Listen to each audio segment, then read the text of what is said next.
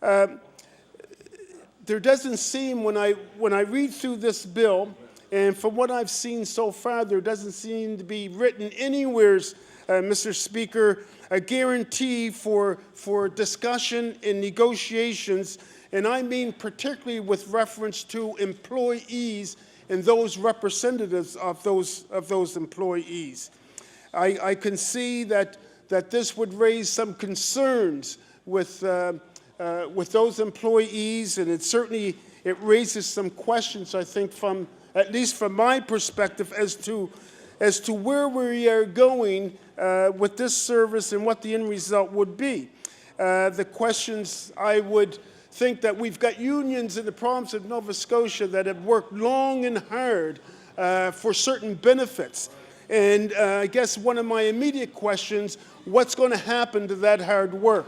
What's going to happen to those new employees that come on stream with assessment services? Are they going to be treated in a like fashion as those so-called veterans that have been around for years and years and years? So I guess the question would be, Mr. Speaker, so for those existing benefits such as long-term disability, Mr. Speaker, such as a very important pension plan that has been established. I guess my concern would be how is that picked up, where is it picked up, and when is it picked up? And more importantly, how does that roll out to those that first come on board? And this raises an issue for me, Mr. Speaker, one that's very, very dear to me, one of fairness. And I would hope that during any process that we keep fairness foremost in our minds, especially when we're talking about government employees at any level. So I don't see the process in place that would make me feel at this point in time comfortable with this bill. So it certainly is a real concern of mine.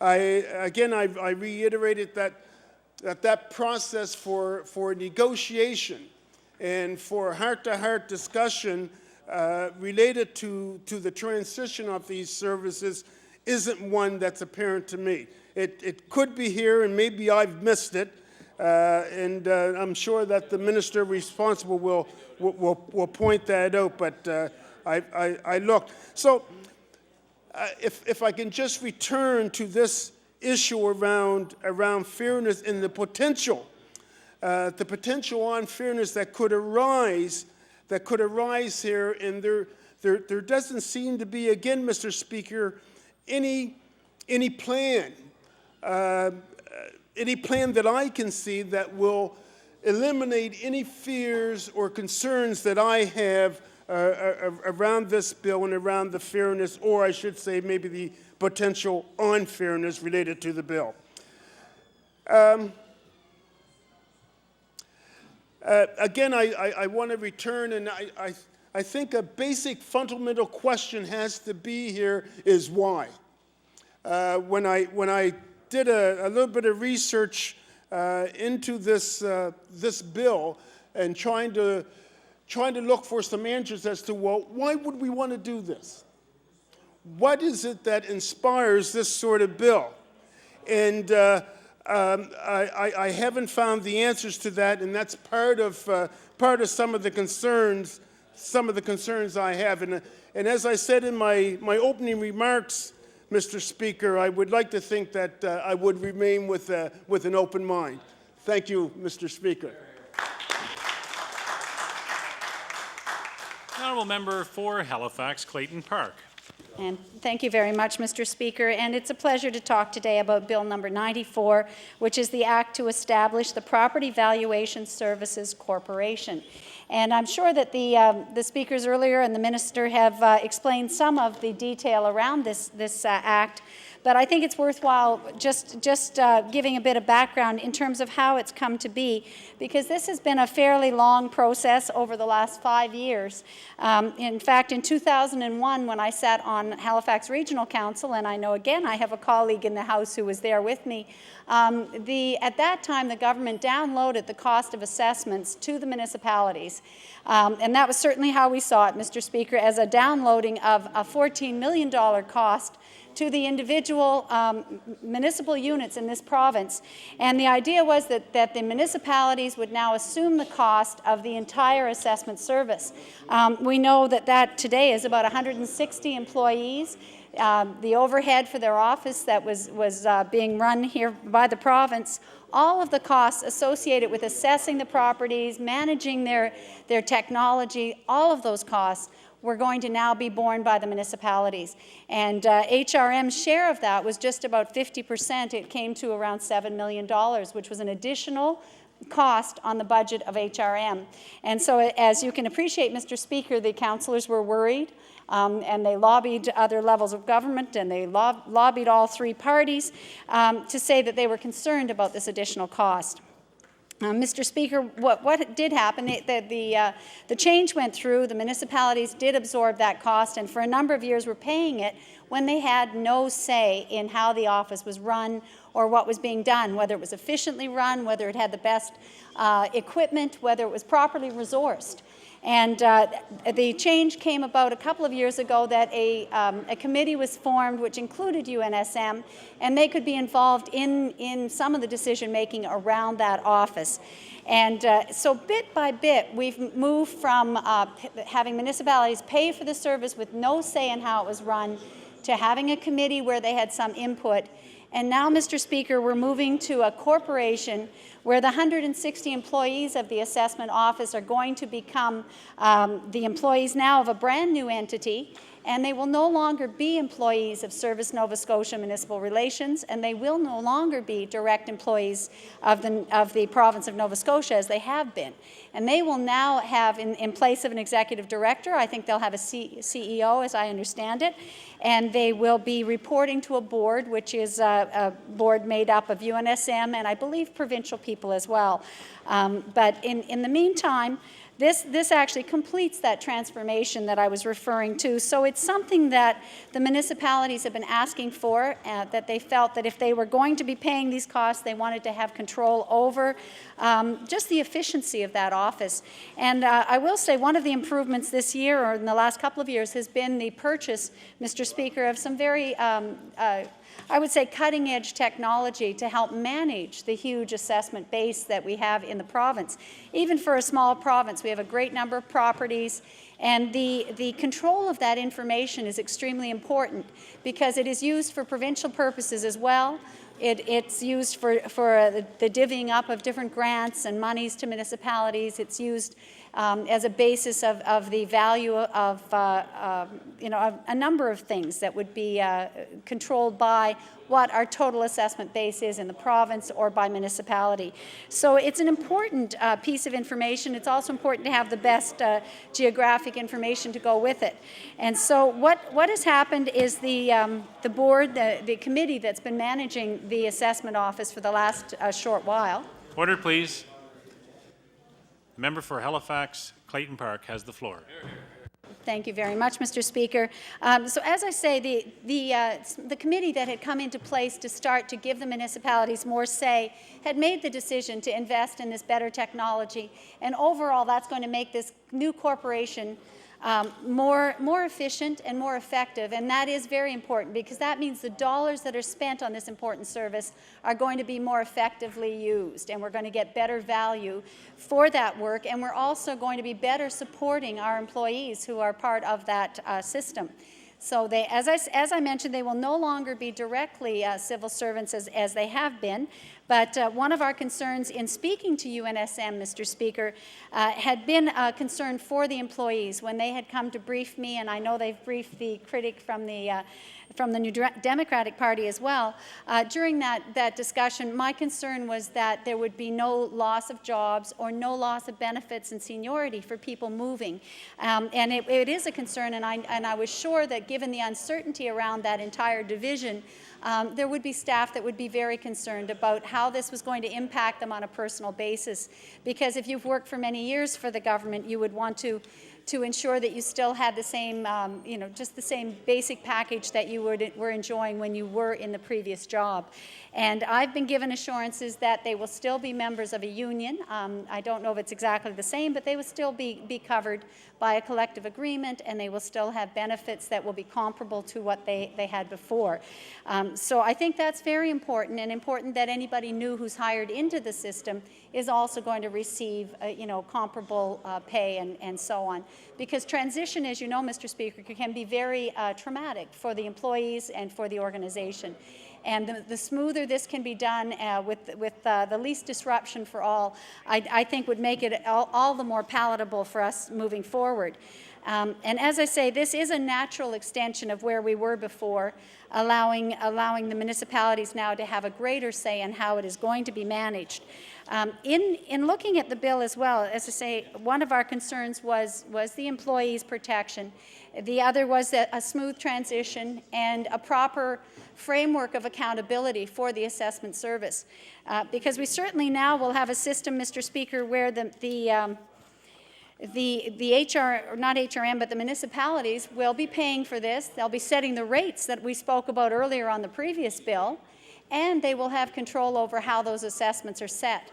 So, Mr. Speaker, it's going to be very important throughout the management of this new corporation that the method of setting our assessments remains as transparent and as clear as possible for Nova Scotians, because there will in fact be, in essence, the municipalities having control now of both variables that set your individual household tax or residential tax. So you do want to be assured that the mechanisms that are being used are completely transparent and above board and clear to anybody who wants to look at them. And that certainly has been the case with the market assessment means that we have used up to this point. And we adopted it a number of years ago because the method of assessment had been difficult to defend. It was not as clear. So I'm hoping that the new corporation will continue to operate with the same level of openness and transparency that has been the case. And I know that when homeowners or property owners have inquiries about property tax, the assessment office has always been very good about allowing them to see comparable properties, accessing the information of a number of other places, and that's become even more open in the last little while, where you can now go online and look at other properties and see what they are assessed at. And that helps people to determine whether they want to appeal an assessment or whether they have any complaints about it. So I think having more information will help a great deal. Again, we have assurances that the employees are going to be very smoothly transitioned to the new corporation, and that a lot of work has been done to ensure that they're part of the process, that they've been well briefed and their concerns have been taken to heart. So I feel that they, from the information I've been given, that they will be well looked after in this transition, and nobody will be suffering as a result of this change in governance, because that's really what is involved in this act. It's just a change in how we're going to, who's going to manage and how it's going to be governed in terms of our assessment services. And what's interesting, Mr. Speaker, really is that the majority of employees with the assessment office really are specialists in assessment, and they don't have skills that that they would apt to want to switch to other civil service positions. I worried about their mobility in terms of if they're currently a civil servant. Order, please. There's too much chatter in the chamber, and I'd ask all members to bring the noise level down so we can all hear the honourable member for Halifax Clayton Park, who has the floor. Thank you again, Mr. Speaker. And as I say, one of my concerns was that if these employees are no longer part of the civil service per se, that they may lose the mobility they have now, where often if you're currently a civil servant, you're able to apply for jobs in many other departments and offices, and it gives you a chance for promotion and growth. But I was assured that the majority of staff working in that 160-member division are in fact working in the field as assessors, and they have very specific training and experience experience to do that job. And in fact, the greatest mobility there is to the federal government, who apparently quite often come and take our employees, offering them good opportunities. So it isn't indicated that that would be a problem for them to now be part of this new corporation.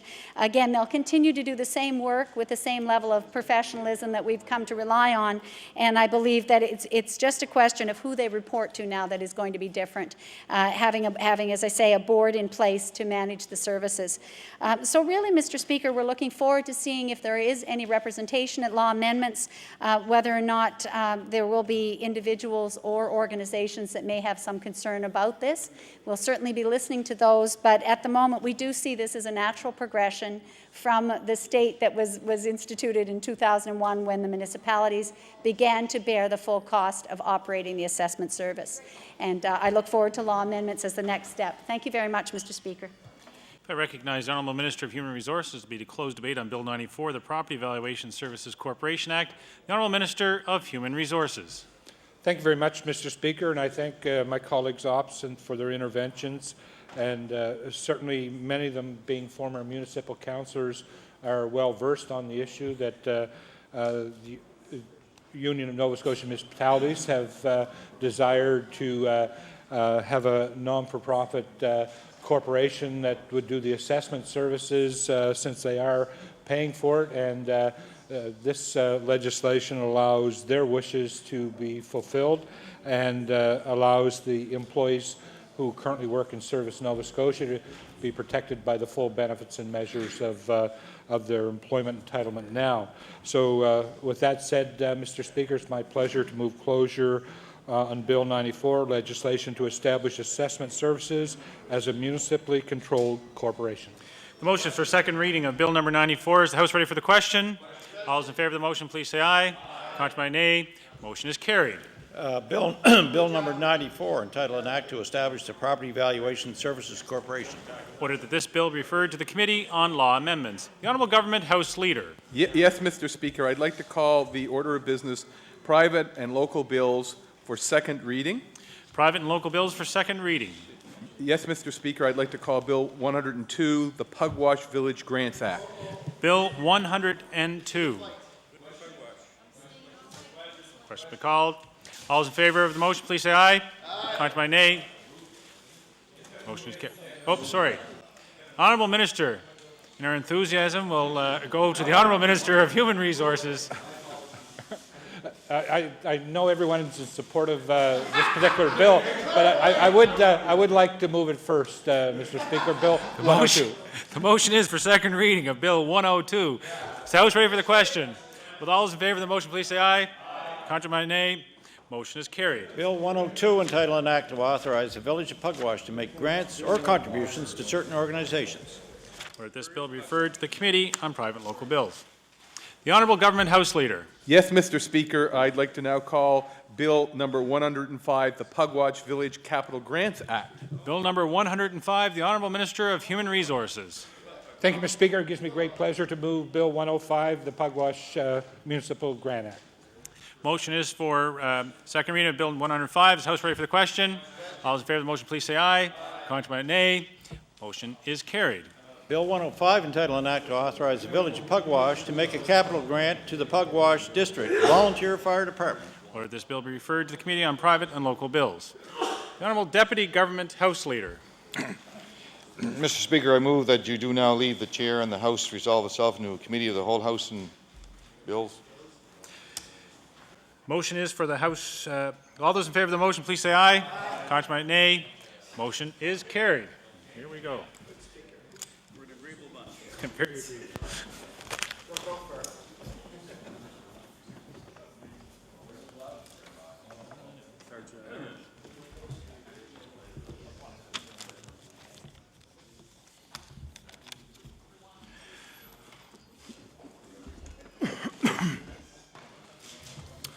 Order, please. The Committee on the Whole House on Bills is now called to order. The Honourable the Deputy Government House Leader. Mr. Chair, Bill number 12, Education Act. Bill number 12, the Education Act. Question. Shall the clause carry? Carry. Shall Shall the title carry? Shall the bill carry? Carry.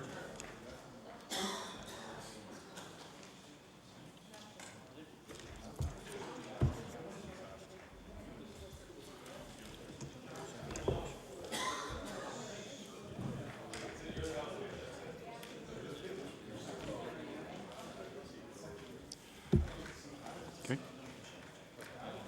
What's that?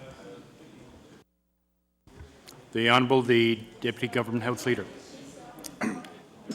Bill number 17, Criminal Notoriety Act. Bill number 17. Question has been called. Shall the clause carry? Carry. Shall the title carry? Shall the bill carry? Carry. The Deputy Government House Leader.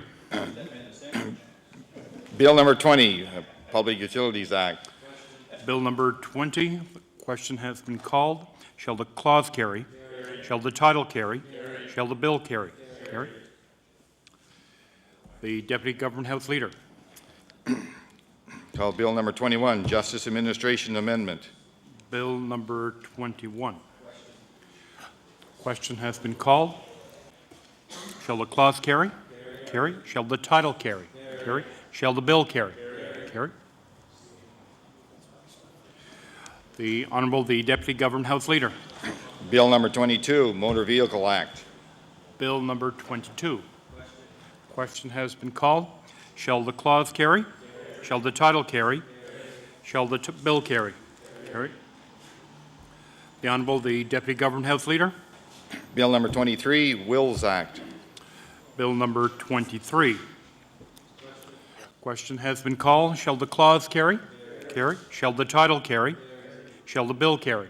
Carry. The Honourable the Deputy Government House Leader. Bill number 58, Justice Administration Amendment. Bill number 58. Question has been called. Shall the clause carry? Shall the title carry? Shall the bill carry? Carry. The Deputy Government House Leader. Bill number 62, Tobacco Excess Act. Bill number 62. Question has been called. Shall the clause carry? Shall the title carry? Shall the bill carry? The Honourable the Deputy Government House Leader. Bill number 75, Securities Act. Bill number 75. Question has been called. Shall the clause carry? Shall the title carry? Shall the bill carry? Carry.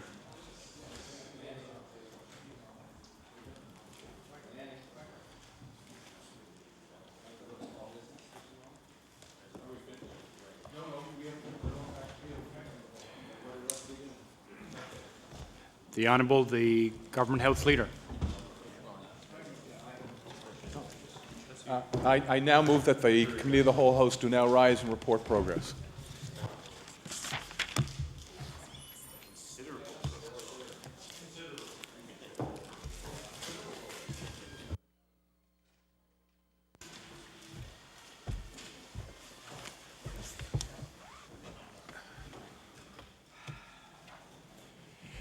The Chairman of the Committee of the Whole House on Bills reports. Committee has met and the committee examined the following bills: 12, 17, 20, 21, 22, 23, 58, 62, and 75. And the chairman's been instructed to recommend these bills for favorable consideration of the House, each without amendment. Order that these bills be read for a third time on a future day.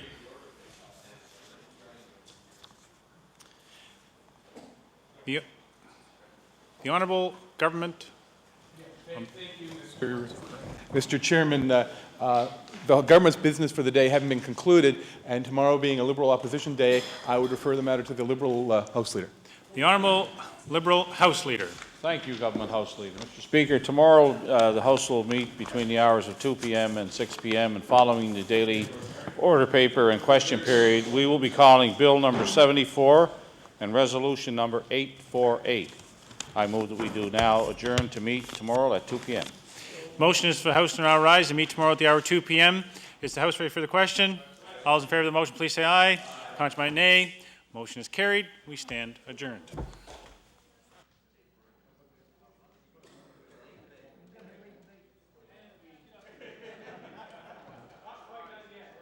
And to continue to thrill and enthrall Nova Scotians, we go into our subject of this evening's late debate, was submitted by the honourable member for Cape Breton Nova.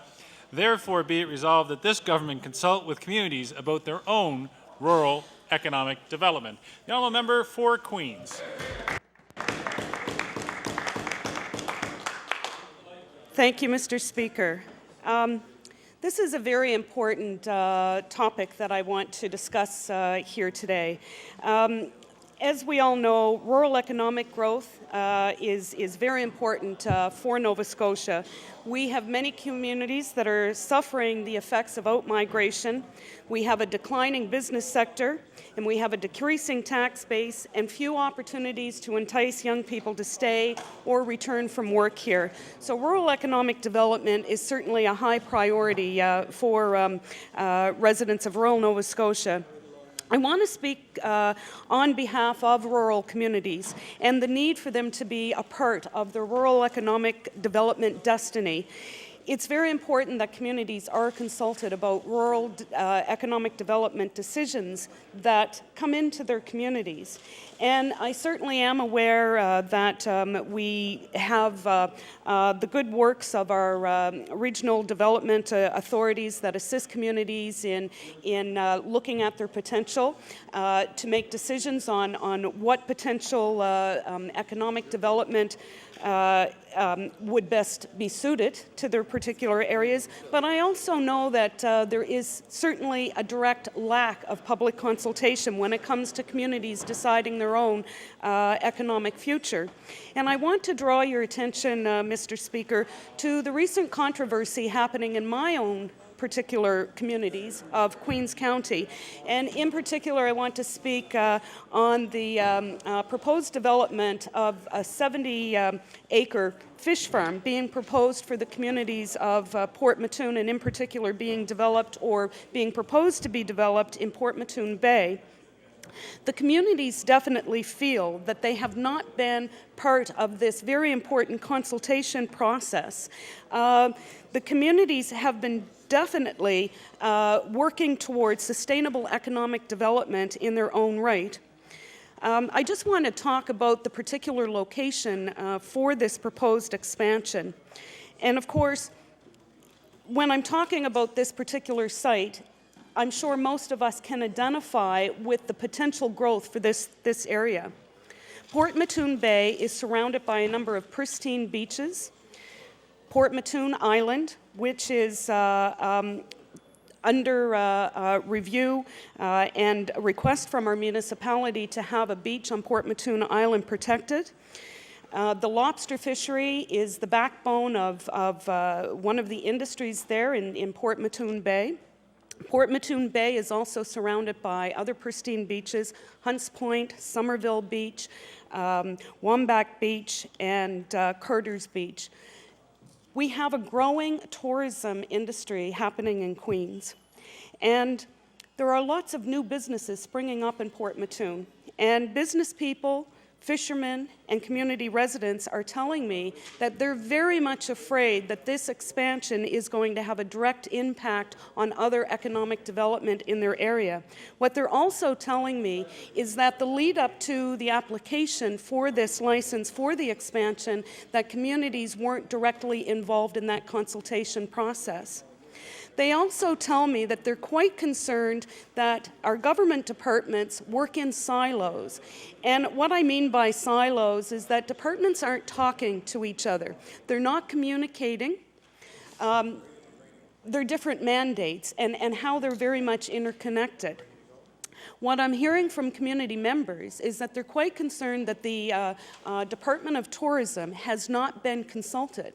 And not only the Department of Tourism not being consulted, they're also telling me that the industry, the tourism industry, has not been consulted in regards to this proposed expansion.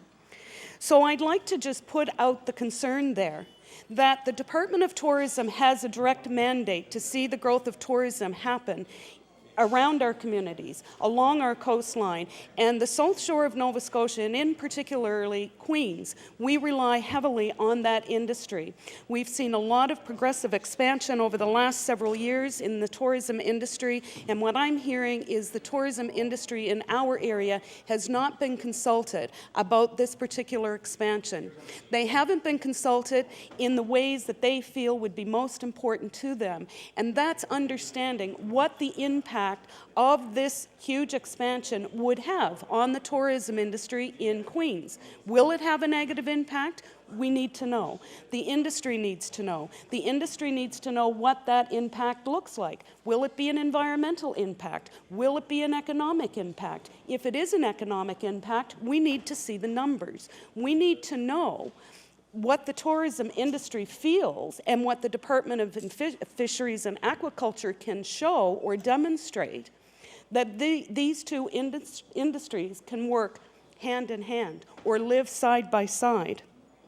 What I'm also hearing is that the business community, the growing business community in Queens, has not been consulted. The Department of Economic Development has not been consulted in regards to what this particular expansion may mean.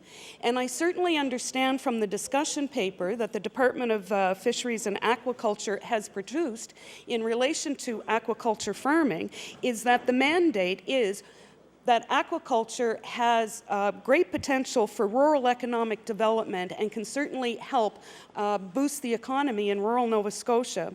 Well, I'm hearing differently from my community. What I'm hearing is this strategy for this expansion will create all of 4 jobs.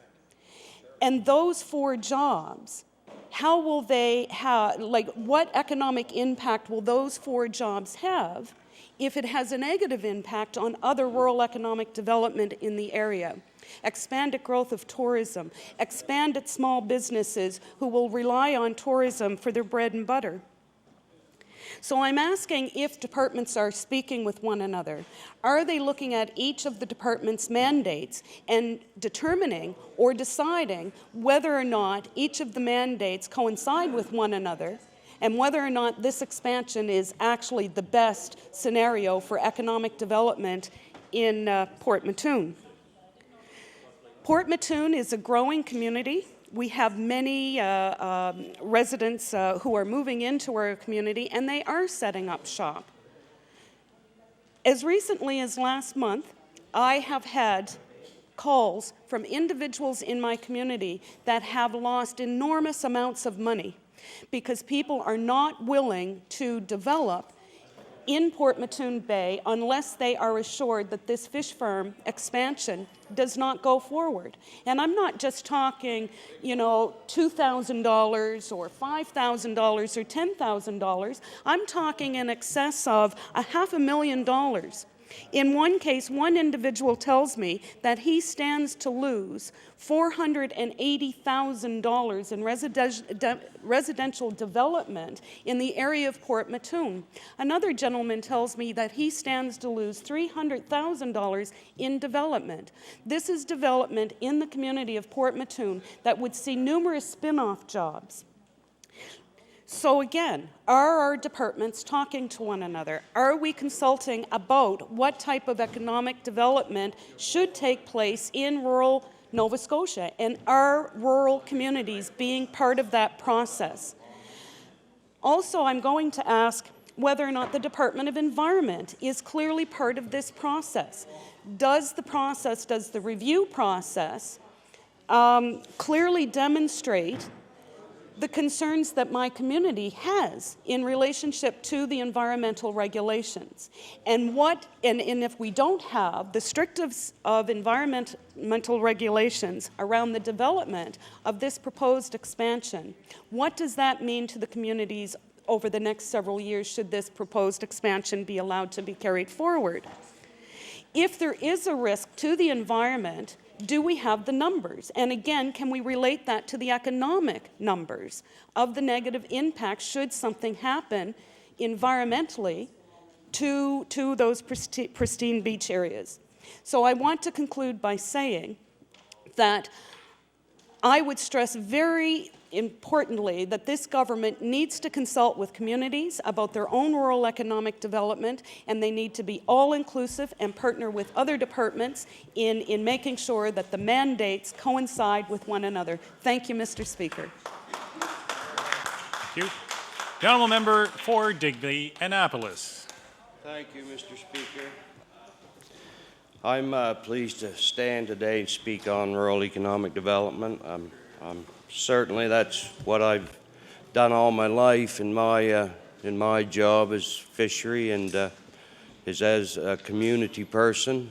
In my community, I always work to try to make the rural area of my home a little bit better. And I believe without economic development in our rural areas of this province that this province could be destined for a bad thing to come in the future, because we certainly need what has built this province, and that is our fishery. And with our fishery down too, Mr. Speaker, I also believe in growing fish. Maybe not like my colleague who just spoke, but certainly if we were still dependent on the buffalo of this country, we'd be in hard shape to find a Hamburg anywhere. So we had to start growing cattle and hogs, and that's still a problem too, but we had to do it. And I believe if we don't grow fish along with our wild fishery of this world, then we're certainly going to run out of fish. And maybe the professor that spoke the other day said in 50 years they would be gone. So, and it's the best thing you could ever eat on this earth is fish, maybe other than seal, for the high protein omega-3 that it carries. And I use it all the time. I eat it all the time, and tell you, I never catch a cold. And I truly believe in that kind of food. So if we could concentrate more onto that of growing fish and seal hunting, I think we could make these rural areas, seal harvesting, I should say, we could make these rural areas even a little bit better. I mean, we've always had to change over our lifetime and be very diverse in what we do in rural areas, and we have to change with the times as the times change. And if we don't, and that seems to be the problem we're having right now, we're going into a stagnant time, and more than a stagnant time, we're going into decline, because I'm seeing our young people leave our area of Digby Annapolis. We're getting ready for the lobster fishery right down there right now, November the 27th. And you know, the boats are having a job to get a third and fourth young man to go aboard them boats, because they're all gone to Alberta. There's some gearing their boats a little better so they don't have to take that extra person or two aboard. So that's more decline we're seeing it just in that fishery alone this fall, coming worse than last fall. That certainly bothers me. It bothers me to see so many elderly people and so many funerals I attend. 150 people dying a year, with 25 and 30 being born, and over 100 young people between the ages of 20 and 30 years old leaving for the oil fields. And we're certainly in trouble if we don't change something in rural Nova Scotia. And it's not only in Digby Annapolis, it's all around our coast. So, Mr. Speaker, it's something that we have got to do something about, and I believe we can do something about it. If we just want to set our mind to it, there's nothing that you can't do. There's not a problem that you can't fix if you just want to set your mind to it and you do it. And I don't know how far this problem's got to go before we realize that. We've got to make room for everything. If we have to grow fish for this province to prosper, then we have to do so. But we have to do that in a way that it doesn't hurt the traditional fishery. and we have to do that in a way that doesn't hurt the tourism, as the honorable member spoke a while ago. We don't want to hurt anybody. We need to add to and make better. And I believe we can make rural Nova Scotia a lot better. They're talking of down home of putting Koreans who would sell our land to the United States to make their roads. That would create some jobs in rural Nova Scotia. How long will Nova Scotia last?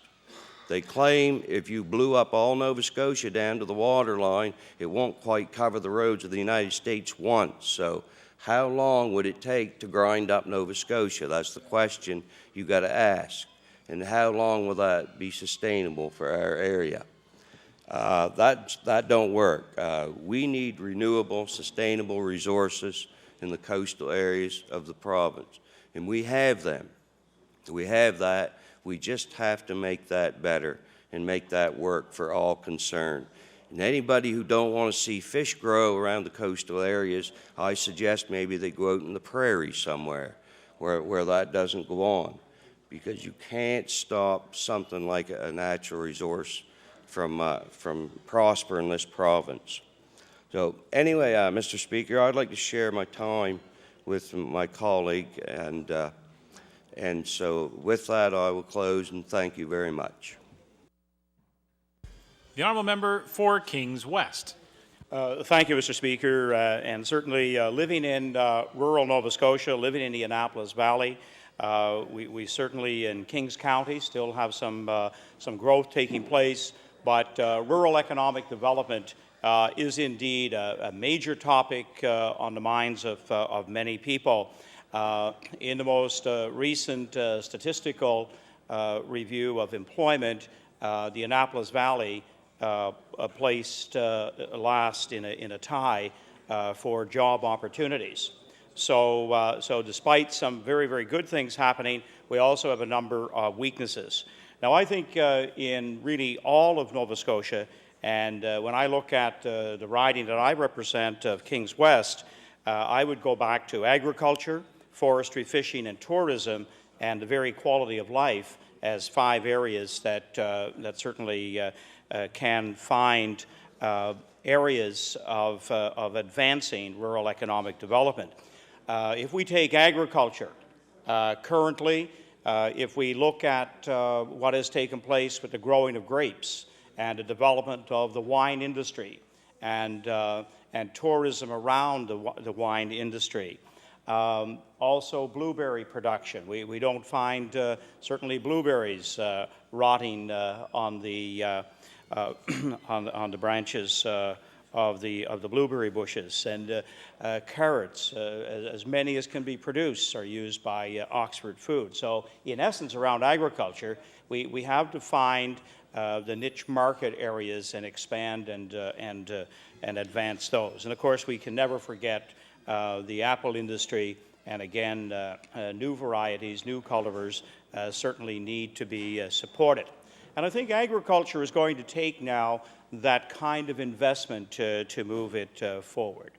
Again, forestry is an area that I think has the potential for a lot of value-added jobs.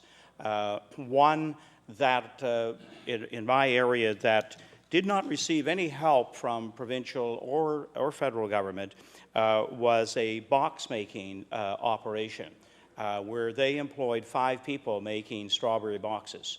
And on his own, he bought new equipment and doubled the number of workers to 10. And that's the kind of thing, certainly, that we need to be taking a look at. I know, and even though we have a small little fishery out of Harbourville, they have doubled the number of licenses out of that port since getting the first phase of their wharf complete, and now they're looking for development of the second phase. There are at least 6 to 8 liners that come up from Yarmouth and Wedgeport to take part in the dog fishery. Again, another little advance for a small rural community that is coming back to life through those small initiatives. I would also say that perhaps our many small little communities in rural Nova Scotia need another program like the Little Red Schoolhouse. The Little Red Schoolhouse program was a wonderful initiative and put some life into community halls. And I think something comparable to that will help keep Nova Scotians in their communities and I think help to keep them vibrant. And if we keep the people there, I think it's a cycle, and I think you'll see that some of these traditional industries will come back. Thank you, Mr. Speaker. The Honourable Minister of Economic Development. Thank you, Mr. Speaker, and I'm pleased to stand in my place this evening to debate rural economic growth in Nova Scotia. Mr. Speaker, if I may, just for a moment, give the members opposite some of my background. I was a small business operator and owner. I started my own business, Mr. Speaker, about 27 years ago. And at its peak, Mr. Speaker, I think I had approximately 100 employees in my company. I understand small business in rural Nova Scotia, Mr. Speaker. I happened to be, for a number of years, I sat on the local council, and I was the warden for a number of years.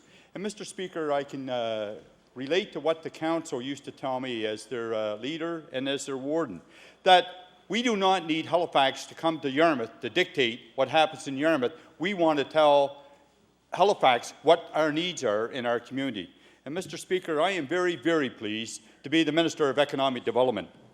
And since I've been the Minister of Economic Development, Mr. Speaker, I can assure you and all members of this House, I have visited every RDA in this province. And I intend to visit them more often than any other minister ever, because I believe that they are the tool for economic growth in rural Nova Scotia and all of Nova Scotia, Mr. Speaker. They are the voice. They are the voice for the communities. They are endorsed by all three levels of government, Mr. Speaker.